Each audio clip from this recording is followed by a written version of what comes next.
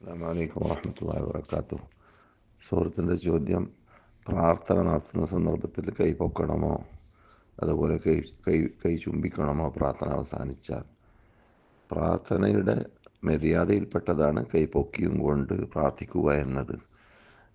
എൻ്റെ അടിമ എന്നിലേക്ക് കൈ പൊക്കി കഴിഞ്ഞാൽ അല്ലാഹു സുബ്ഹാനഹു വ തആല യസ്തഹി എന്നാണ്, ലജ്ജിക്കും അതിനെ വെറുതെ മടക്കുക എന്ന് ഹദീസിലുണ്ട്.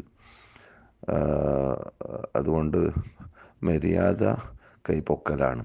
രണ്ട് സ്ഥലത്തൊഴിച്ച് ഖുതുബ ഓതുന്ന സമയത്ത് കൈ പൊക്കലില്ല, ഇമാമുമില്ല മഅ്മൂമുമില്ല. ഇമാമ് മഴയ്ക്ക് വേണ്ടി പ്രാർത്ഥിച്ചാൽ ഒഴിച്ച്. അതുപോലെ തന്നെ നിസ്കാര ശേഷവും കൈ പൊക്കലില്ല. പ്രാർത്ഥിക്കാം, കൈ പൊക്കാതെ തന്നെ പ്രാർത്ഥിക്കാവുന്നതാണ്. അപ്പോൾ കൈ റസൂലുള്ള പൊക്കാത്ത സ്ഥലത്ത് നാം പൊക്കാതിരിക്കുക, അല്ലാതെ എല്ലാ പ്രാർത്ഥനകളിലും കൈ പൊക്കി പ്രാർത്ഥിക്കുക. ചുംബനം സഹിഹ ഹദീസിൽ വന്നിട്ടില്ല. ചുംബനത്തെക്കുറിച്ച് വന്നത് കൈ മുഖത്തിലേക്ക് തടവുക എന്നതിനെക്കുറിച്ച് വന്ന ഹദീസിൽ ചർച്ചയ്ക്ക് വിധേയമായ ഹദീസാണ്. ഇനി ആരെങ്കിലും ചുംബിക്കുന്ന കണ്ടാൽ, തടകുന്ന കണ്ടാൽ എതിർക്കേണ്ട ആവശ്യമില്ല, കാരണം അങ്ങനെ ഹദീസുണ്ട് എന്നതുകൊണ്ട്. പക്ഷേ ഹദീസിൽ ചർച്ചയുമുണ്ട്. ഇതാണ് ഈ വിഷയത്തിൽ മനസ്സിലാക്കേണ്ടത്. അല്ലാഹു അഅലം. അസ്സലാമു അലൈക്കും വറഹ്മത്തുള്ളാഹി വബറകാതുഹു.